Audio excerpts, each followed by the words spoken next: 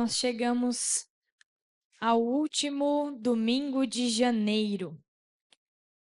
E durante esse mês de janeiro, nós trabalhamos alguns temas ou algumas formas de pensar o começar. O tema da nossa série é Começando, e nós falamos sobre começar bem, começar leve, começar de forma sábia. E hoje eu quero falar também sobre começar certo. Como que a gente começa uma caminhada certo. E fiquei pensando muito sobre o que falar nessa última pregação de janeiro, que talvez ainda não tenha sido dito, digamos assim. O que será que nós, como Igreja de Jesus, ainda precisamos ouvir? O que será que nós, que estamos aqui no culto hoje, ou aqueles que assistem também depois dessa pregação gravada, o que a gente precisa ouvir de Deus, que Ele quer nos falar? E eu acho que essa é uma das etapas mais difíceis de você fazer uma pregação. Não é escrever a pregação, é saber qual texto usar. Porque depois que tu tem o texto, você estuda ele, você ora sobre ele, e você vai entendendo ele, aí você passa aquilo que você entendeu. Mas até você ter esse texto bíblico e orar e falar, Deus, né? Você tem uma Bíblia inteira para escolher de texto bíblico. E aí Deus vai dando alguns direcionamentos através da oração, através de conversas. E nessa semana o Orando em Família trabalhou de forma fantástica o bombardeio de informações que nós estamos tendo na nossa vida. O Paulinho até brincou assim, nossa, mas eles estão atacando a tecnologia ultimamente, né? Mas falou de uma forma, o Paulinho é da área da tecnologia, né? Meu esposo falou de uma forma positiva, se ele fosse, estão pegando firme com a questão da tecnologia no Orando em Família. Essa semana trabalhou sobre o mundo de informações que a gente recebe e o que a gente faz com elas e o quanto talvez elas tiram a gente de um tempo de descanso, de um tempo de tranquilidade na presença de Deus. E aí, falou bastante também sobre questão de como o mundo ele tem o papel e o anseio de entreter as pessoas. Tudo que a gente busca hoje em dia tem a ver com entretenimento, normalmente. É difícil quem assiste um filme por conhecimento. É difícil quem assiste uma série para aprender algo. É difícil quem vai em algum lugar, por exemplo, para visitar um museu. Eu não sei se aqui o pessoal tem hábito disso, por exemplo, visitar um museu para conhecer a história daquele lugar. As gerações mais novas, elas estão buscando coisas para entretenimento, não para conhecimento, não para aprendizado, não para expandir horizontes, por exemplo. Tudo é para entreter, tudo é para dar prazer. Eu vou naquilo que eu gosto, se eu gosto. Tudo tem que me satisfazer e me trazer alegria. Essa é a linha de raciocínio. E aí, queridos, quando a gente tem isso o dia inteiro, o nosso celular nos bombardeia com coisas para nos entreter, porque existe um algoritmo que conhece aquilo que a gente gosta e ele fica mandando coisas para a gente, tudo naquela mesma área, para manter a gente ali dentro daquele aplicativo, daquela rede social, para ir entretendo a gente. E o tempo vai passando e vai passando. E quando a gente acha que a gente está descansando, a gente, na verdade, está cansando ainda mais o nosso cérebro e os nossos olhos. O que falar, então, numa pregação, quando, na verdade, muitos de nós chega aqui mais cansado e sobrecarregado do que descansados no Senhor e em espírito de adoração? O que num domingo à noite eu posso pregar para a igreja que vai talvez de alguma forma transformar a nossa semana, porque daí a gente vai conseguir aplicar essa palavra. O que falar que você ainda não tenha visto em videozinhos no teu WhatsApp, ou no teu Instagram, ou no teu TikTok? O que será que Deus está falando à sua igreja? Você já se perguntou isso? E será que nós estamos conseguindo ouvir de fato o que Deus tem falado?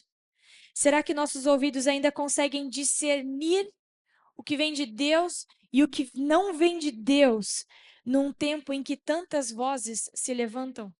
Em que você pode assistir um vídeo no Reels do teu Instagram e vai falar uma coisa e o seguinte vai falar uma coisa oposta e você vai concordar com os dois? Ou vai absorver os dois?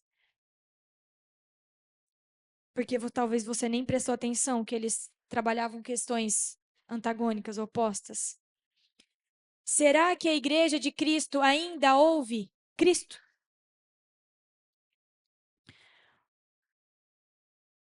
Ou será que as vozes ecoam pelas telas dos nossos celulares, computadores, televisões e essas vozes têm falado muito mais alto ao nosso coração? De fato, às vezes eu me pergunto, essa semana, por exemplo, eu trouxe a palavra no PG dos adolescentes e eu falei para o César, eu falei, para mim às vezes é mais difícil trazer a palavra no PG dos adolescentes do que num outro PG de adulto ou num culto. Por quê? Porque, na verdade, a gente está sempre competindo com um monte de influenciadores que essa galera assiste quase que sei lá quantas horas por dia. Se não estão dormindo, estão vendo pessoas, estão vendo live, estão vendo videozinhos, estão vendo reels, estão vendo o que seus colegas postaram. O desafio é que palavra que eu vou falar para essa galera que eles vão, que vai acabar aqui a palavra, eles vão para o microgrupo e vão pelo menos saber o que eu falei. Porque você faz uma palavra aqui de 10 minutos. Você sai com eles, vai para a salinha e pergunta o que foi que o pregador falou. Ah, não prestei atenção. Ah, não sei. Ah, não ouvi nada. Ah, não entendi nada. Não é que não entendeu, é porque não ouviu mesmo. E isso não acontece só com os adolescentes, igreja. Isso acontece com todos. O Heraldo que tem PG na segunda-feira, às vezes pergunta: quem lembra da palavra de domingo? Aí fica aquele cri-cri, cri-cri. Em plena segunda-feira, um dia depois. Por quê? Será que a nossa mente não está tão bombardeada de informações que a gente não consegue mais nem ouvir o que é a palavra de Deus e levá-la para a nossa semana e permitir que ela de fato nos transforme e nos molde? Ou será que nós estamos buscando saciar a nossa sede e a nossa fome em tantas outras coisas que não é na palavra de Deus?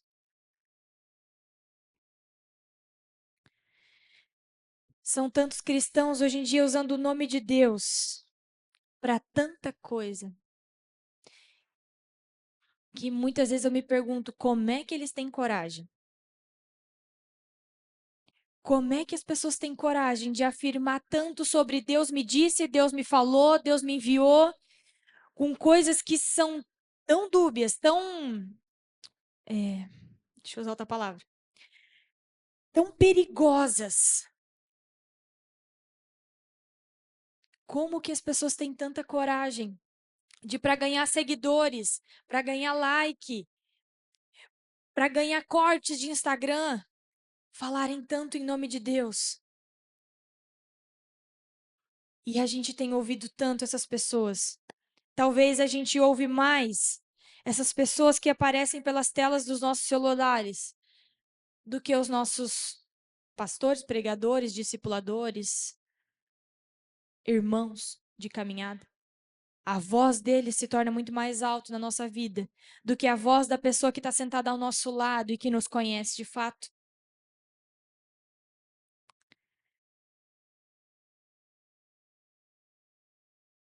Por que continuar pregando? Por que trabalhar na obra do Senhor em um tempo que se usa o nome de Deus para justificar tanta coisa? Que tanto se dizem evangélico, mas quando a gente vai ver a questão da obediência à palavra de Deus, a gente vê tão pouco. Usa-se o nome de Deus para dizer: eu vou fazer isso, eu vou fazer aquilo, olha como eu sou, olha o que Deus me mostrou, mas na hora de obedecer a palavra, na hora de demonstrar, por exemplo, o amor de Jesus, a gente quase não vê. Parece estranho tudo isso que eu estou falando, né? São, na verdade, questionamentos que estão no meu coração. Não são questionamentos apenas para a igreja, mas são questionamentos que Deus tem colocado no meu coração? Onde a gente tem buscado saciar a nossa sede? Onde a gente tem saciado a nossa fome? O que tem preenchido o nosso coração?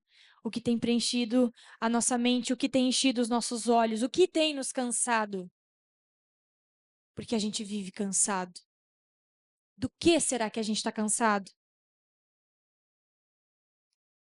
Como ouvir a voz de Deus nesse tempo em que existem tantas formas de falar de Jesus, uma contrária à outra? Como saber discernir o que vem de Deus e o que não vem? Como saber o que são falsos profetas, por exemplo? Como estar em um culto para cultuar a Deus de fato e ouvir a sua palavra e ser por ele transformado e não apenas para ser entretido? A gente prepara um culto, a gente, os ministérios, ministério de acolhimento, ministério com criança, o pregador, o ministério de música. E o objetivo de tudo isso que é preparado não é para que vocês saiam daqui e dizem gostei do culto, me agradou. Não é o objetivo de um culto.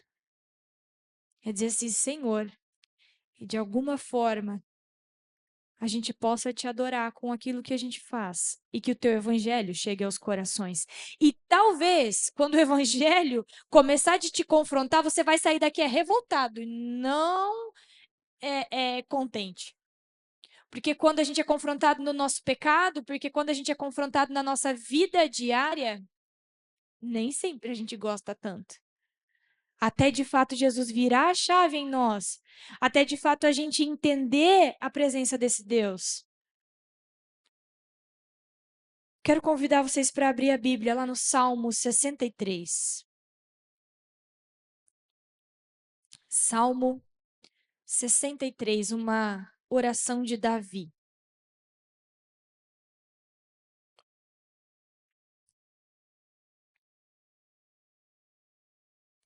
Salmo 63.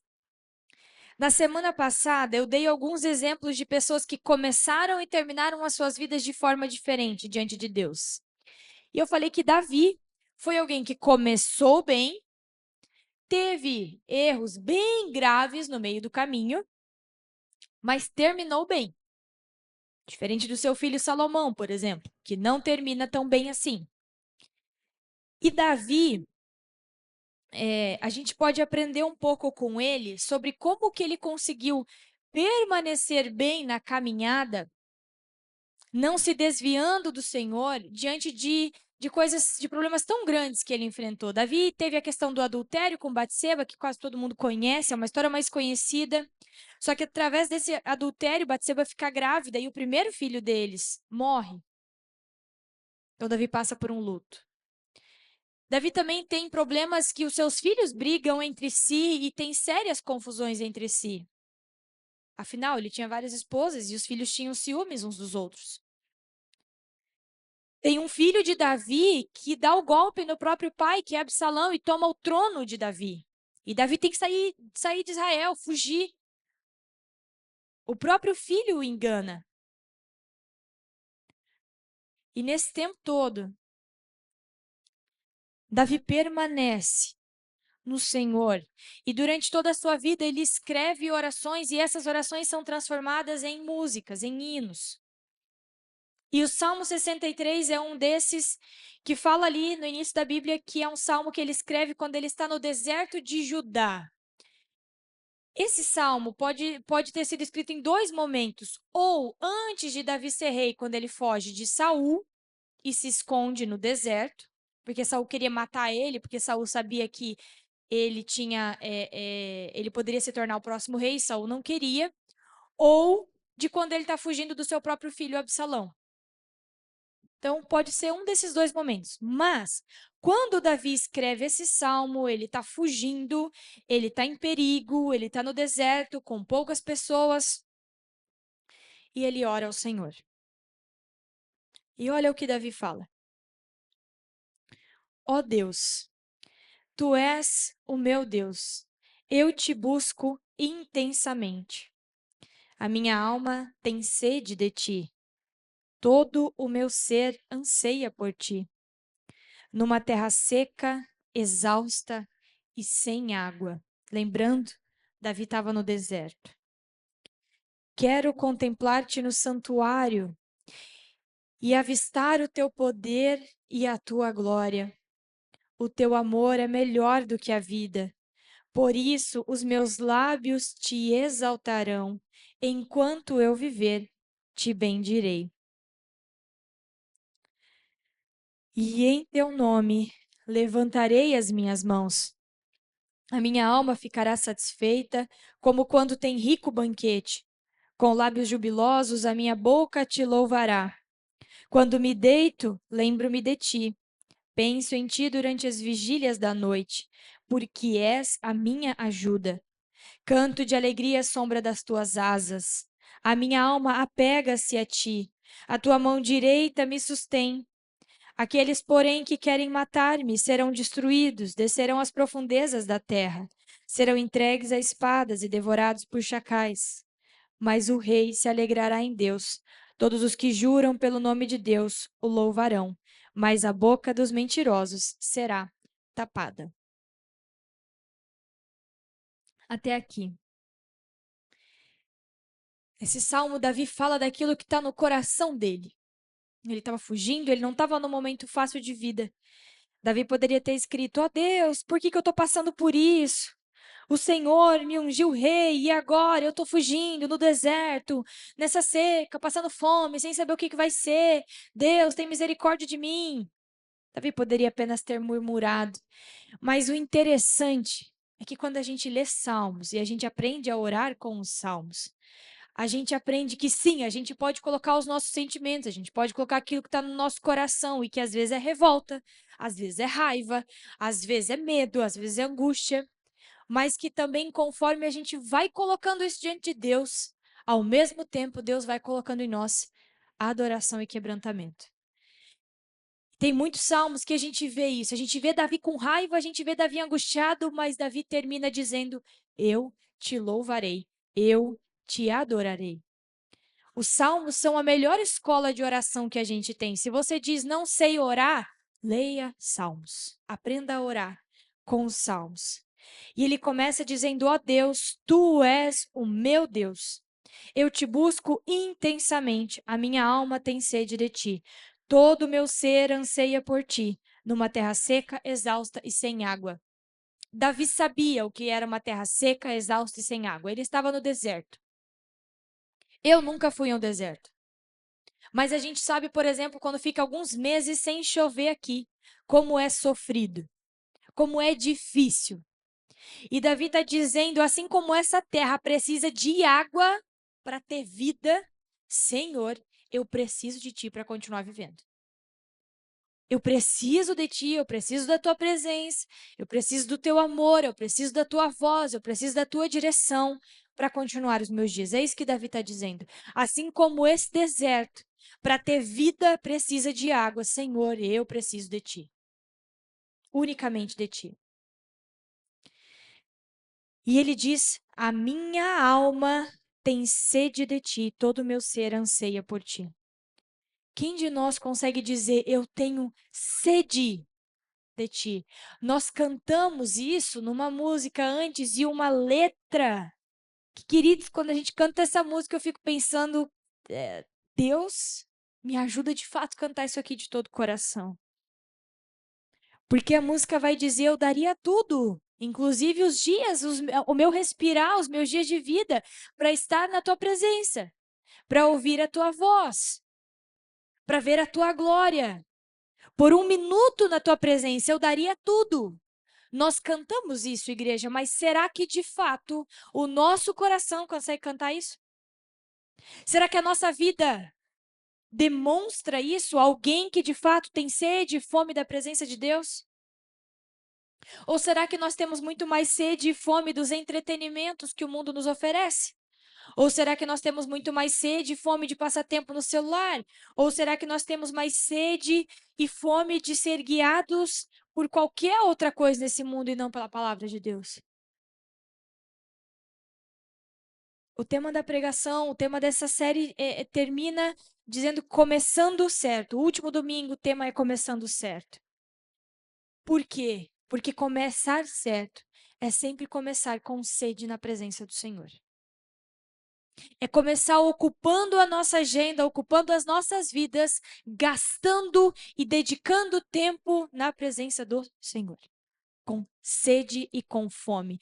Não apenas por obrigação, não apenas porque eu quero um Deus que faça as minhas vontades, mas porque eu tenho de fato sede e fome de ouvir a voz dele. Alguns anos atrás, se eu ouvisse alguém dizendo assim, eu entendi de Deus, ou eu ouvi de Deus, ou eu compreendi de Deus, qualquer coisa nesse sentido, eu falava, impossível. Não tem como. A única forma que Deus fala é por meio da palavra. Eu cresci e entendi isso. A única forma que Deus fala é pela Escritura. Então eu leio a Escritura e eu sei que dali sai voz de Deus. Por meio de tempo devocional, de realmente estudar as Escrituras e de gastar tempo em silêncio e em oração, eu entendi que sim, Deus fala pela palavra, mas também Deus fala por outros meios. Deus fala pela oração. Deus fala por pessoas. Deus fala por circunstâncias que acontecem ao nosso redor. Deus fala aqui. Mas, igreja, se a gente não sabe discernir a voz de Deus, e a gente está com fome e sede de coisas que não são Deus, a gente vai começar a ouvir outras coisas e vai deixar de ouvir a voz de Deus. Porque a gente vai preencher o nosso tempo com entretenimentos, com tarefas, com correrias, e não vai parar para silenciar e ouvir a voz de Deus. Com certeza, Davi teve tempo no deserto para orar a Deus. O versículo 2 diz assim: Quero contemplar-te no santuário e avistar o teu poder e a tua glória. Davi não podia ir ao santuário naquele momento. Davi não podia ir no lugar de adoração. Porque ele estava escondido. Ele estava fugindo. Mas ele não deixa de adorar e de orar ao Senhor. O teu amor é melhor do que a vida. Por isso os meus lábios te exaltarão, e enquanto eu viver, te bendirei. E em teu nome, minhas mãos levantarei. A minha alma ficará satisfeita, como quando tem rico banquete. O amor do Senhor é melhor do que a tua vida? É isso que nós cantamos na última música. Eu trocaria tudo para ter um minuto na tua presença, Senhor. O amor do Senhor, a salvação do Senhor, conhecer o amor de Deus é melhor do que viver toda uma vida, gastar uma vida conquistando coisas, sonhando com coisas, querendo carreira e tudo mais. Você crê nisso? Davi foi um grande rei, Davi foi rico, Davi teve grandes exércitos. Mas Davi só terminou bem como um homem segundo o coração de Deus, porque ele não amou mais as riquezas que Deus deu para ele, o poder que Deus deu para ele. Davi amava mais o Senhor. Salomão, seu filho, não conseguiu se manter firme. Salomão se perdeu no meio do caminho. Mas o que fez Davi não se perder é porque ele tinha fome, sede da presença de Deus.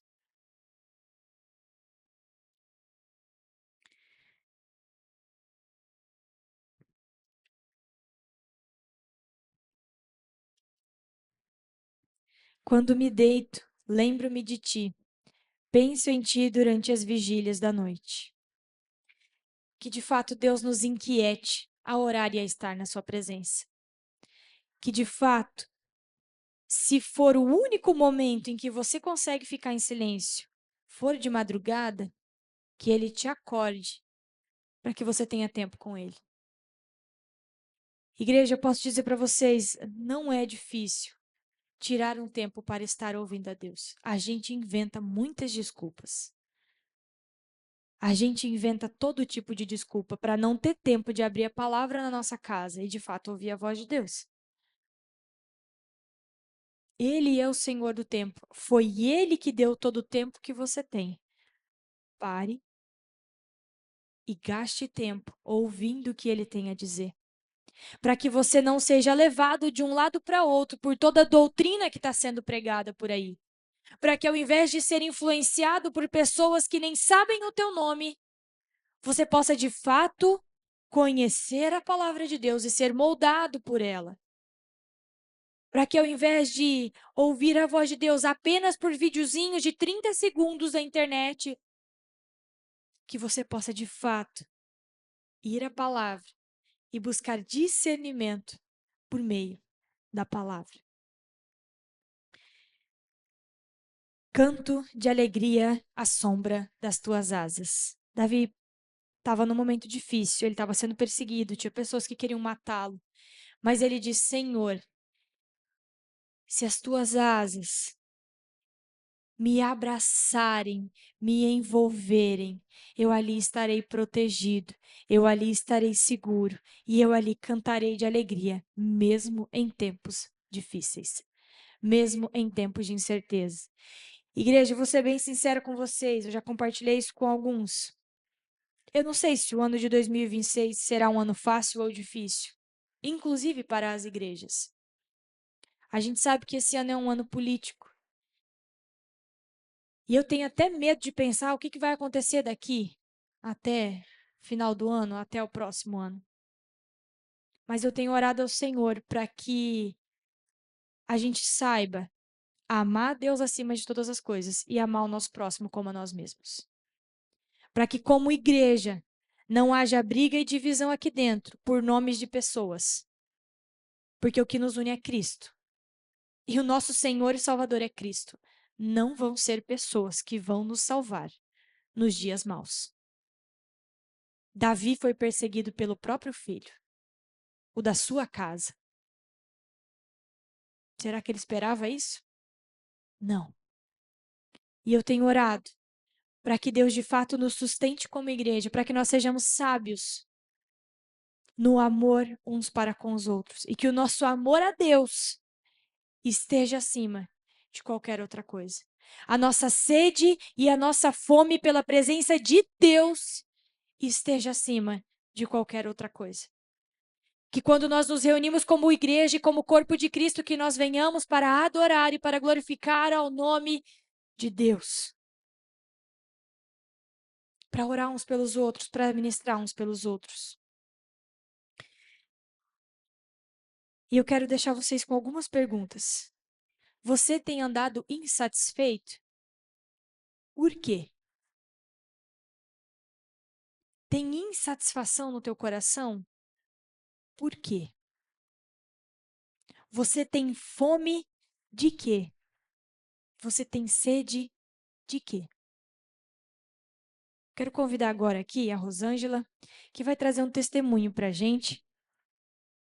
Eu não sei o Jomilson e o Ronaldo quiserem vir junto, fica à vontade. Mas se você quiser vir sozinha também, fica a critério de vocês. Pode ser aqui em cima? Embaixo? Então eu vou descer.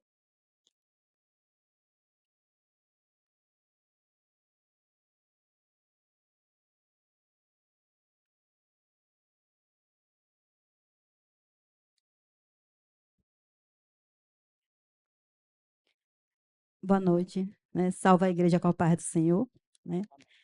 O que eu vim falar foi a maravilha que Deus fez, né, na vida de nossos filhos. Meu filho Reginaldo. A gente saiu de Camaçari, pedindo direção a Deus. Fomos abençoados e a gente estamos aqui, né, para honra e glória do nosso Senhor Jesus Cristo. E no caminhada aqui eu tive um pouco assim de uma dificuldade, né? E aí meu esposo falou assim: vamos para o monte, vamos orar, vamos buscar de Deus. Porque a gente é acostumado a cuidar de tantas vidas, por que não a nossa casa? Eu vejo assim a importância da gente estar cuidando de nossa casa antes de qualquer coisa, porque é família. E a gente veio para aqui, a gente foi para o monte, Deus falou com a gente, respondeu e a gente veio. E o Jomilson, ele largou tudo pela uma vida, né? Ele largou o trabalho, ele largou tudo lá e veio. Nosso filho estava com depressão, fora outras coisas, né, que a gente é pai, a gente sabe, e a situação não estava nada boa. Quando um pastor que pediu para, eu liguei para ele aqui, pedi para ele visitar meu filho, ele falou: Ró, a única coisa que seu filho precisa é do aconchego da família. E aí o Jomilson olhou para mim e fez assim: Ró, vamos levantar acampamento. Como? Eu fiquei falando: como, Senhor? Que eu vou fazer isso? Estou com meu trabalho na prefeitura, eu tenho minha vida aqui estruturada. E Jomilson falou assim: é vida. É uma vida, não vamos deixar uma vida se perder. E aí eu falei: tá bom, então você vai na frente e eu vou atrás. E o Jomilson veio. Quando ele chegou aqui, Deus preparou todas as coisas. Depois de 3 meses ele aqui, eu vim. Né? E quando ele chegou, antes de eu vir, que ele chegou na casa do Reginaldo, ele, na entrada da porta, ele sentiu o espírito de morte. Isso eu já tinha orado em casa e eu via meu filho enforcado. E eu levantei para o joelho de manhã, fui buscar Deus, Deus me ajuda, não deixa nada acontecer. João Milson ligou para mim e disse: Ró, eu senti aqui espírito de morte. Consagra daí que eu consagro daqui. E aí a gente começou a orar pela vida do Reginaldo. E hoje em dia, para a honra e glória do meu Senhor Jesus Cristo, com a ajuda dos pessoal do PG, eu vejo assim a mão de Deus na vida do meu filho. Eu vejo o Reginaldo hoje está forte, está bonito, está tomando medicamento. Deus é tão maravilhoso que Deus usou pessoas aqui para abençoar ele com tratamento. Então a gente nunca pode duvidar de nosso Deus. A gente nunca pode ver assim aquela pessoa que você via que era ativa, tudo, ali naquele canto e dizer: ah, não tem nada. Ah, é descaração. Poucos dias eu acompanhando, que eu gosto muito de acompanhar, teve um jovem de 22 anos, eu não sei o nome aqui desse condomínio, nos predinhos, que ele tirou a própria vida. Ele não chegou a falecer ainda, né? Disse que ele está internado. Então, perto da gente teve uma senhora também que tirou a própria vida. A gente tem que observar cada passo de nossos filhos, o que é que está acontecendo. Porque a gente vê aquela criança ali e diz assim: ah, não tem nada. Tem gente que diz assim: ah, é descaração. Mas não sabemos, a gente observando assim que não é nada disso. A gente está vendo que a depressão está cada dia matando o jovem. Não só o jovem, as pessoas que não têm equilíbrio emocional para terminar um relacionamento. Né? A gente tem que estar mesmo buscando a esse Deus maravilhoso. Eu sou grata, gente, eu sou grata a Deus. Eu vim para aqui, a gente vendeu tudo. A gente veio para aqui, só que a gente chegou aqui, a gente foi tão abençoado. Sabe por que Deus nos abençoou? Porque a gente teve amor àquela vida. Hoje, graças a Deus, eu tenho meu trabalho de carteira assinada. Meu esposo tem um trabalho dele. E Deus vem cada dia nos abençoando.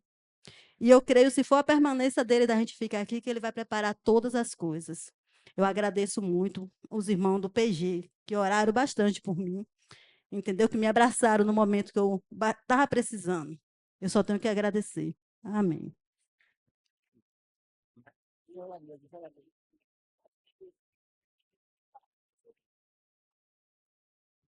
É, a Rosângela, ela é irmã da Binha. O Reginaldo, ele veio bem antes que vocês para cá, né?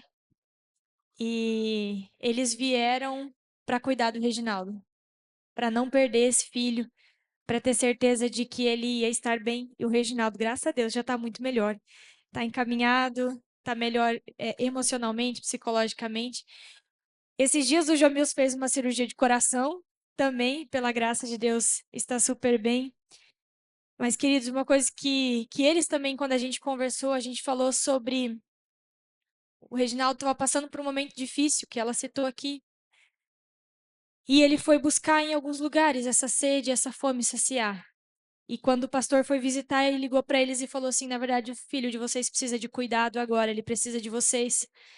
Para que ele pudesse voltar a buscar, a saciar sua sede e sua fome no lugar correto. E para que ele não se perdesse nesse processo. E tem sido difícil um pouco mais para a Rosângela, porque essa mudança, ter vindo para Três Lagoas, ela sente bastante falta de casa, sente bastante falta da congregação deles lá. Eles pastoreavam uma congregação junto com outras pessoas, eles serviam nessa congregação e eles são presente de Deus para nós, também, não só para o Reginaldo, mas para nós também. Eu quero convidar a igreja, vamos colocar de pé, vamos orar. O nosso grupo de oração tem orado pelo Reginaldo já faz um bom tempo e é muito bom saber que ele está melhor, mas a gente continua porque a gente sabe que o caminho do tratamento ele é longo, mas a gente também quer orar por vocês. Impõe as suas mãos, igreja. Obrigada, Deus, pelo testemunho da Rosângela, do Jomilson e de toda essa família. Obrigada, Pai, porque mesmo quando não cabia, parecia improvável mudar de cidade, deixar tudo para cuidar de uma vida, o Senhor confirmou isso no coração do Jomilson e da Rosângela. Como nós vimos na palavra de hoje, o Senhor é quem cuida.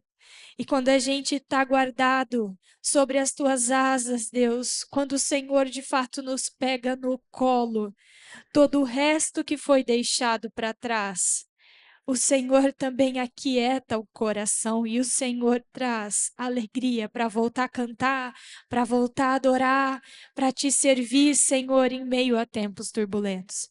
Obrigada, Deus, porque o Senhor já tem cuidado do Reginaldo. Obrigada, Senhor, porque ele já tem, Senhor, mudado e sendo transformado da depressão. Nós também oramos, Deus, para ter ele aqui conosco como igreja, Senhor Jesus. Nós oramos também para que ele tenha essa sede e essa fome de estar na tua presença, te louvando e te adorando.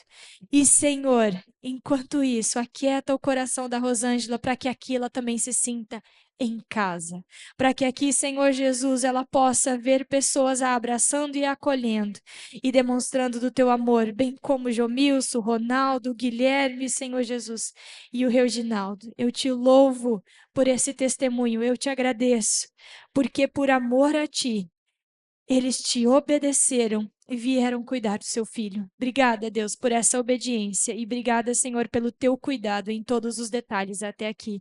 Nós te louvamos grandemente por isso. Amém, Pai.